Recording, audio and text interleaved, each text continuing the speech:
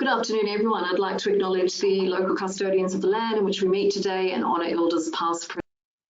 I'm Mel Wilkinson from the Hunter New England Central Coast Primary Health Network Education team. I'd like to say thank you for coming and joining us today. We really appreciate you taking the time to be with us. I'd also like to note on the slides and the upcoming slides, you'll see the health pathway slide on your screen. It is an excellent resource which you can refer to for a comprehensive suite of information to support you in the vaccine rollout. So they're updated daily and as the information comes to hand, so they're a valuable resource. So it's really important to be looking at those. We have John Bailey, our Executive Manager from Hunter New England Central Coast Primary Health Network here today. Thanks, John, for joining us. He'll be able to answer any questions later in the session that you may have. If we don't get to all the questions due to volume, we will answer you via email in the coming weeks and also upload it to our website in the Education Library. Bit of housekeeping. We are being recorded today, so you will be able to view this, as I've just said, on the Education Library through our website. And there will be a survey at the end of the session. I strongly encourage you to complete that survey. This survey allows us to have valuable information and input from you for further events. So please complete the survey. It takes a couple of minutes and it's really worthwhile. Please remain on mute and use the chat box also if you have any questions. We'll endeavour to get to those as I previously said. I'll now introduce the speakers. We have our PCIO officers here today, Sarah Houlihan and Heidi Avery, and I'd like to thank them for being here as well. And I'm going to hand over to you now, Heidi. Thanks, Heidi. Thanks, Mel. Welcome, everyone. Thank you for taking the time out of your busy schedule for us to take you through more of our PHN resources to assist your practice with the COVID-19 vaccine rollout. When you visit our website, thephn.com.au, you select Programs, then the COVID-19 Vaccine General Practice Preparedness, and then here is where you will find the checklists referred to in our previous webinar, as well as a communication strategy for your team and the PHN COVID-19 Vaccine Toolkit. So this toolkit was developed to assist you to prepare for a smooth rollout of the COVID-19 vaccine and was developed by a team of ex-practice managers and nurses who have worked in practices just like yours. The toolkit describes both the shared and separate responsibilities of the practice team and contains ideas of processes to deliver safe and effective COVID-19 vaccine clinics. You might use the toolkit to help you identify representatives from each role within your practice to form your coordination team. So these people will be your champions. They will be the ones that will coordinate the planning and the running and the reporting of your clinic. You might allocate specific roles to each member of your staff, ensuring more than one person is trained and confident to complete each task, and to consider a backup plan. We are coming into the flu season and no doubt there will be times when staff may not be available. You might consider having a team A and a team B for your whole practice or a backup person for each individual task. You want to prepare your clinic with consideration to workflow and efficient and effective processes for as minimal disruption to your practice as possible. These clinics are going to be here for a while, so we need to plan them out and get them right. We have given you a guide of what admin, medical practice assists, practice managers, they could all be doing to prepare your clinic. For example, we have PenCat recipes to identify your eligible cohorts. We've got phone scripts for your admin team to help with like phone calls that are coming in, and we've also got daily and weekly reporting requirements in addition to clinical roles and running of the clinics. So planning workflows allows you to detail responsibilities of each team member involved in the vaccine clinic, and we have a list suggested pre and post clinic processes. We have also provided some suggested autofill comments, as these can save your staff considerable time and ensure consistent documentation to ensure your MBS and your Medico legal requirements are being met. I'll now hand over to Sarah to talk more about the planning ahead. Thanks, Sarah. Thanks, Heidi. So whilst we strongly recommend waiting until you have received your vaccines before you make your bookings, we understand that you do need to plan your booking schedule and your staff rosters in advance. You, of course, also want to ensure your schedule has appointments reserved for dose 2 to avoid double bookings 12 weeks from now. You might like to consider grouping patients for coordinated scheduling, especially around the flu vaccine season. And by having the second dose of the COVID vaccine booked in advance, this may reduce your need for recalls, accidental double bookings, as we discussed, and it will assist you to meet the PIP requirements for the COVID vaccine.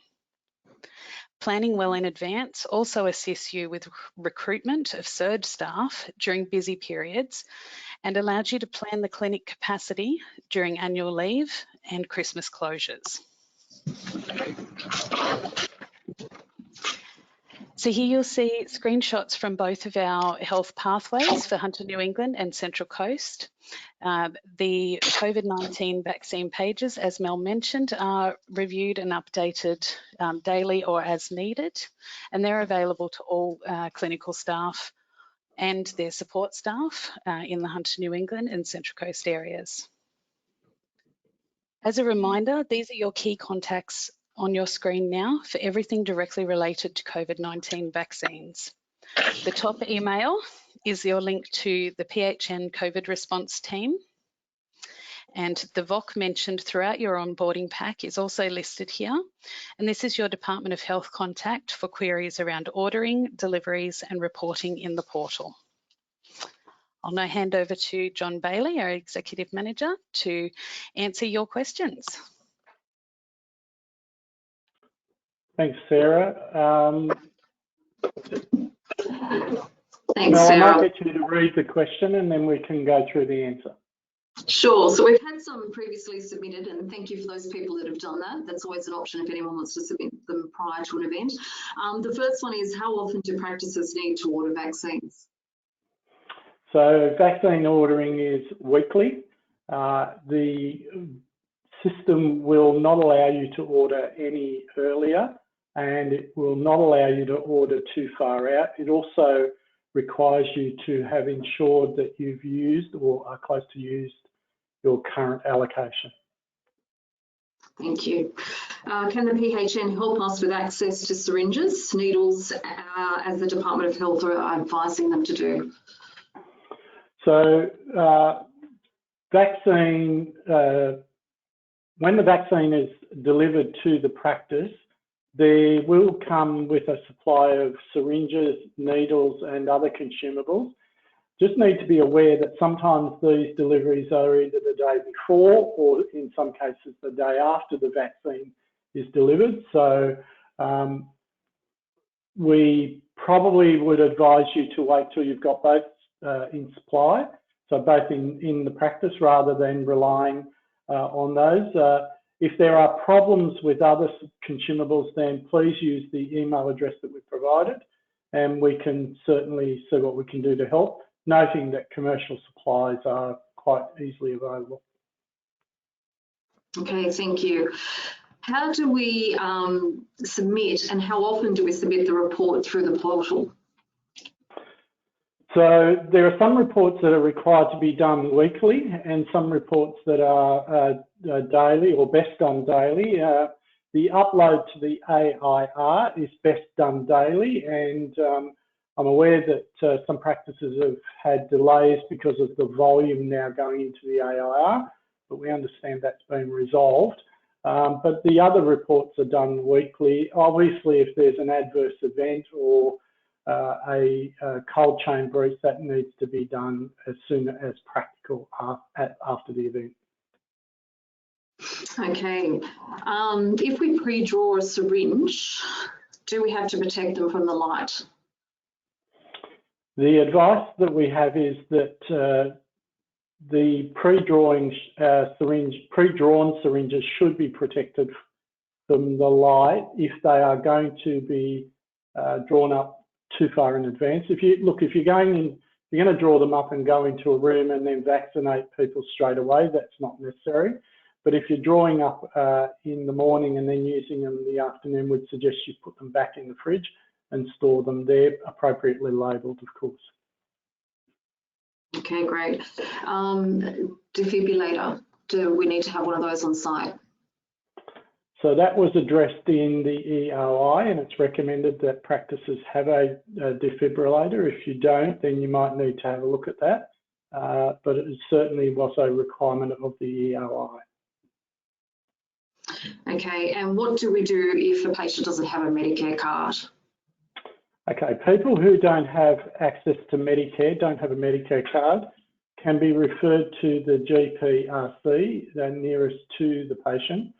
So that's Erina, Raymond Terrace, Taree, Tamworth, Boggabri Mobile Service, and that they will be able to access the vaccine there.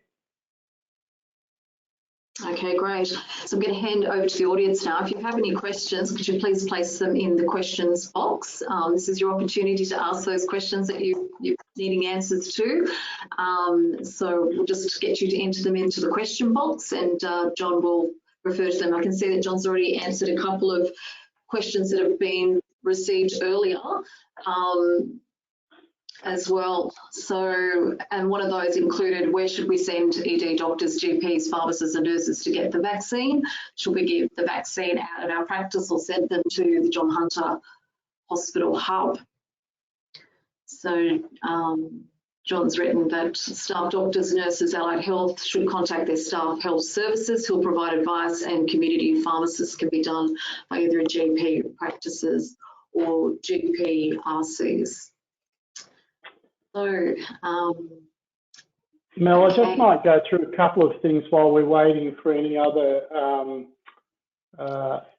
questions. So, just some key points that I would make for people, and we'll repeat these again tonight, is deliveries can only occur after you've completed the site registration and placed an order before the cut-off date. So if you miss the cut-off date for the order, your delivery will be delayed. Don't book patients till you've got vaccine in the fridge.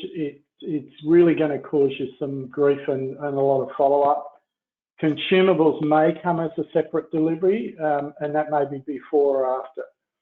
The PHN has available some barcodes to assist with the scanning in of the various fields. So if you would like one of those, please contact us at the PHN. If you're using an online booking system, please ensure that the next dose is booked out at the time that you give the first dose, so you don't overrun your clinic. Great. So we've had a few more come through, so that's good. Yep. One of them is in regards to the link for the website. That I would imagine will be available within the presentation when we upload it to the education website. Is that correct? Yep.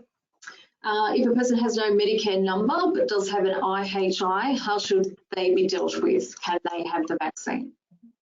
So there are various categories of people who have access to the My Health record, but by and large, if they don't have a Medicare card or a Medicare number, they should be referred to the GPRC or to somewhere else for GPRC for the vaccine. If they don't have a Medicare number, then it's unlikely they have access to the MBS, which is the key issue for practices. Okay, Casey's just put a little note up there as well. Did you want to add that in, Casey?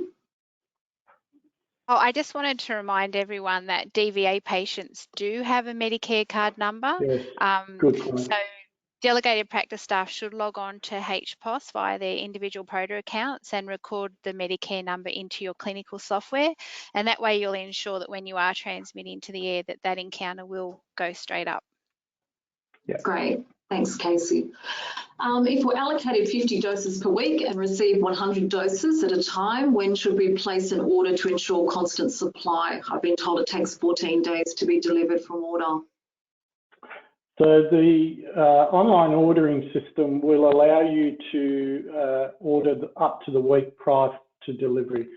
So if you're allocated 50 doses a week, you'll receive a box with 100 doses in it.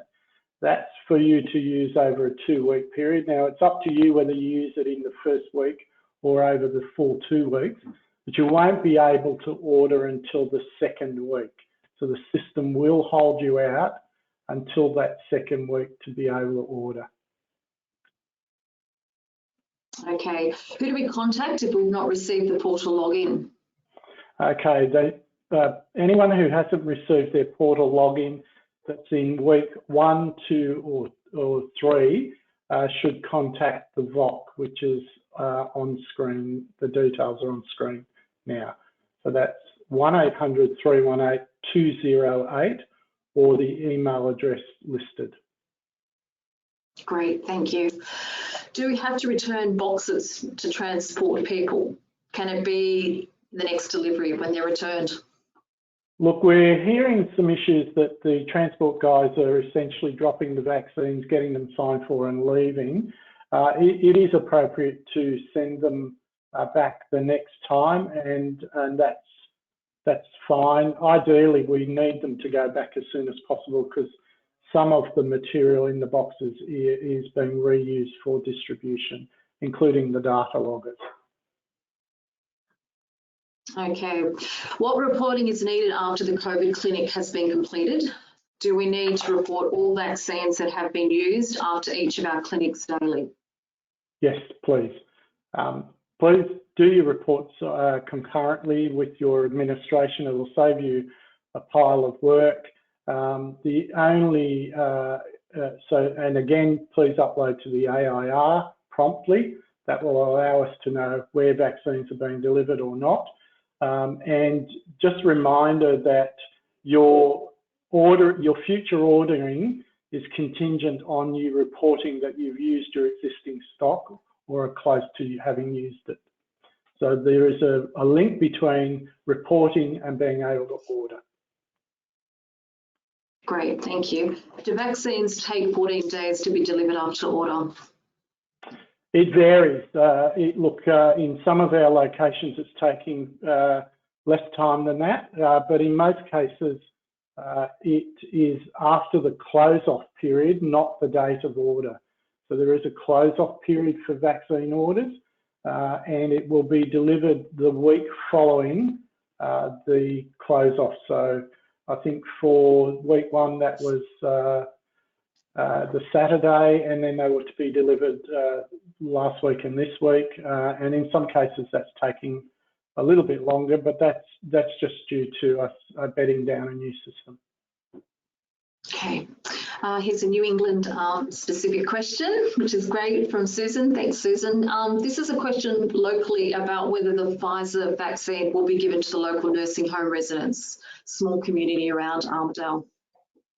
Yeah, look, the situation with nursing home residents is that the initial approach was for the vaccine to be the Pfizer vaccine, and that remains the preferred approach. However, given the logistics for many rural and remote communities, the department are looking at other models, including the use of the AstraZeneca vaccine. But that responsibility rests with the InReach team, not local practices. So local practices don't need to worry about vaccinating local nursing homes. There is a separate program and team delivering on that. And for facilities that are operated by the local health districts, they have a process for that. So general practices, by and large, don't at this stage need to worry about local nursing homes. Okay, thanks, John. So once again to the audience, if you have any questions, please pop them in the question box or the chat box. Your extra opportunity to have those questions answered now. We've allocated some time for that. Is there anything, Casey, that you'd like to mention additional to any of those questions? No, Mel, I can't think of anything at this stage. It's pretty well covered, isn't it? I think so. So yeah. One of the questions I've been asked previously Mel, was when can I vaccinate my staff, my practice staff? And the answer to that is yes. Do it progressively. Don't do it all in one day. Yeah, that's a bit silly to even take that approach. I've been asked, when will the supply of vaccine increase? So you would have heard in the news yesterday that the CSL facility in Melbourne has started to release domestically produced vaccine. That will come online and into the system over the next week, and the allocations will be reviewed at approximately 12 weeks. So we may see more vaccine being available. We're just waiting to bed down the current system. Great, thanks. I've got a question here from Susan asking, does by and large mean there are some exceptions? And she's got in brackets nursing homes. No, there are no exceptions at the moment. The InReach workforce will address the vaccination of nursing homes, or if it's an LHD run facility, they will arrange the vaccination of nursing home patients. Great, thank you. Do the private DVA patients, oh, we just had another one come in and it's flipped up. Do the private DVA patients providers vaccinate their clients on their books? Well, I've answered that in the first question, which was that it is perfectly appropriate for practices to prioritise their own patients, and whether they're DVA or Medicare patients, if they want to do their own patients first, that's fine, so long as those patients are cohort 1B. And I'd be recommending that you even prioritise those, because there are some very healthy 70-year-olds and some very unwell 70-year-olds. So you need to prioritise, and the pen scripts that we've produced will help you with that prioritisation. Okay, where are the vaccines being delivered from? That's an interesting one. Yeah, look, the current stock of vaccine is being delivered from the vaccine storage in each of the states, but the domestically produced one will be distributed through the Linfox and DHL logistics chains. But the bottom line is the current vaccine was produced overseas, and from next week we will start to see the use of locally produced vaccine versus where it's coming from. Okay, how's the PIP allocated or paid based on to doctors on uploads through AIR or billing through your normal software package, or both? Heidi? So when a GP sees a patient, there's specific MBS billing items. So as long as the patient returns back to the practice and has their second dose, it will automatically be paid for any GP that is registered in the PIP. Right, so they don't have to go and re-register at all, as long as every GP that's vaccinating, as long as they're registered in PIP, it will happen automatically after the second dose. Okay. Do we print consent forms for patients and then upload that into their file? Heidi or Casey, this is really one for you. Can you just repeat that, Mel? Sorry. Do we upload onto their patient file? So if the patient's file, after they've been vaccinated, do they record that and upload it in and print it off into their file? So this is consent forms. So you can ideally scan it into the patient file. Yeah, by all means. It just has to be informed consent. Okay. Did you want to add to that, Casey, or? No, and I think we've put that in the toolkit as well, so you can use it in the autofill. So everything's covered in there, and let us know if you think something hasn't, and we'll look at it. Yeah, it's a great Pretty resource. sure it's good. Yeah, it is. Do patients get a certificate once both shots have been done? So I can answer that one. Once a patient has had their vaccine dose administered and an upload has been made to the AIR, it will be reflected in the Medicare Plus app at the immunisations tab. So they can go to that spot to be able to validate that they've had the vaccine. They can also contact Services Australia if they don't have a smartphone and would like a hard copy, or the practice can print them out from their air access as well. Great, thanks. Is the serial number the same in each batch? We've not seen enough of them to be able to make that determination, but the products that we have scanned, the serial number is made up of a number of components, some of which are unique to the individual batch. So there's an expiry date and a batch number embedded into the serial number. So our suspicion is that those serial numbers will be different for each batch, and that is because the expiry date and the batch number, which is embedded into the serial number, will change with each batch.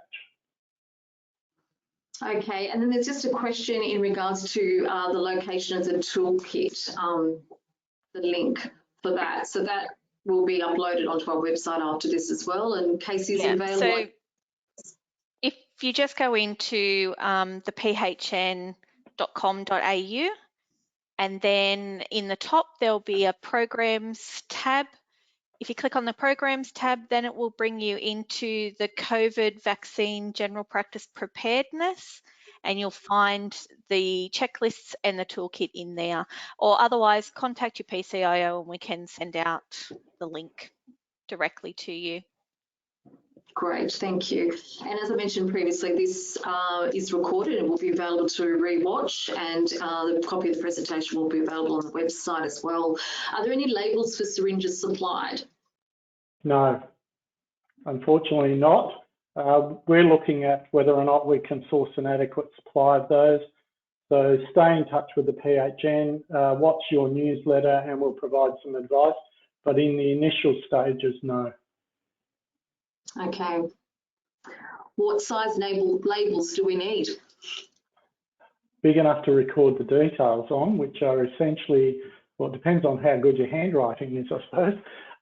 We're also looking at some printers, but look, the details that are required on the label include the date, the time, the batch number, etc. So labels would need to be of a reasonable size and reasonable quality, and of course then it comes down to your handwriting if you're writing them. As I say, we are looking at some pre-printed labels, but we're also looking at the option of finding some USB printers that will be able to be plugged in alongside your USB scanner.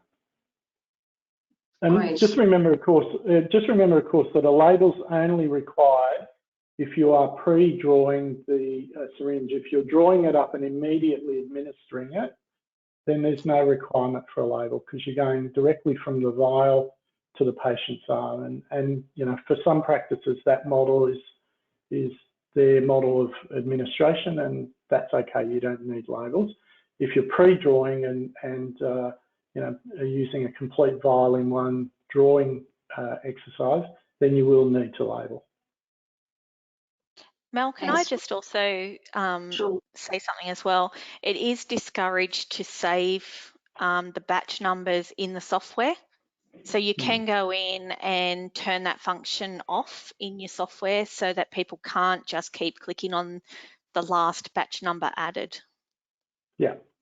Good point, Heidi. So the example we've given a couple of times on that is if you have a single vial that you don't use and it's not been opened or used in any way on a Friday, and then you want to use it on the Monday, what you don't want to do is then confuse that leftover vial from, say, this week with a new batch that you get next week. So for each person, for each instance, we're recommending that you scan or enter in the batch number and avoid the risk of an incorrect batch number being carried forward week on week on week. Okay, and our last question that's come in, the last two questions. Do you need to label the vial when opened? Yes. Yep. Otherwise, you're not going to know what its life is, and there is a life to the vial. Okay, and the last question is in regards to immediately. So have we been informed how long immediately is? As in injected immediately? Can we draw it up more than one immunisation at a time? And if so, how can it be kept, for example, 15 to 30 minutes? Casey, this is your area of expertise, but I think the onboarding kit and the information provides very clear advice on that. Sorry, this is answered in the COVID-19 vaccine general questions, and I'm just trying to find it. It is acceptable to carry a dose just withdrawn from a multi-dose vial in a syringe with a capped administration needle from the preparation area to the vaccine administration area at room temperature within a clinic. Withdrawal and administration of vaccine should be undertaken at separate areas. Apologies, I'm reading all this. Where doses will not be administered. Oh, I think I've got the wrong document. I'll get back to you on that one. I'm sorry. How about I I jump in with something yes, while you're please. looking for that, Casey? Yeah. Just a suggestion to practices that are taking new patients for their vaccines.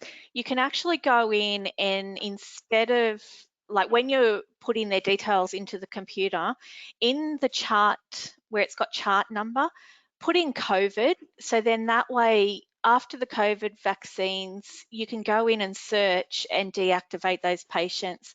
So you might want to consider putting like COVID-1, COVID-2, COVID-3 and so forth, so they line up with your clinics. So then when you know your clinic 1 has had their second dose, you can then go in and deactivate those patients that are not normally patients of your practice. Otherwise, it is going to mess with your data down the track. Thanks, Heidi. Okay, so that's the close for the questions. We're right on time ending, a couple of minutes over, but it's okay. Thank you so much to the presenters today and to the panel and to John for joining us. I think that was really comprehensive coverage and a lot of great questions there. So thank you for your interaction from the practices as well. You'll see on the screen now that there's that vaccine operations email address for you. And I'll also draw your attention to, we've got the slide with the capacity tracker that Sarah's going to pop up for us just before we finish the conclusion. And there it is. Thanks, Sarah. So thank you for attendance today. We really appreciate you taking the time out to be with us. We wish everyone well out there in primary health land, and thank you all for being here today. Good afternoon and have a good evening. See you later. Bye. Thanks, everyone. Bye. Thanks, Bye. Mel.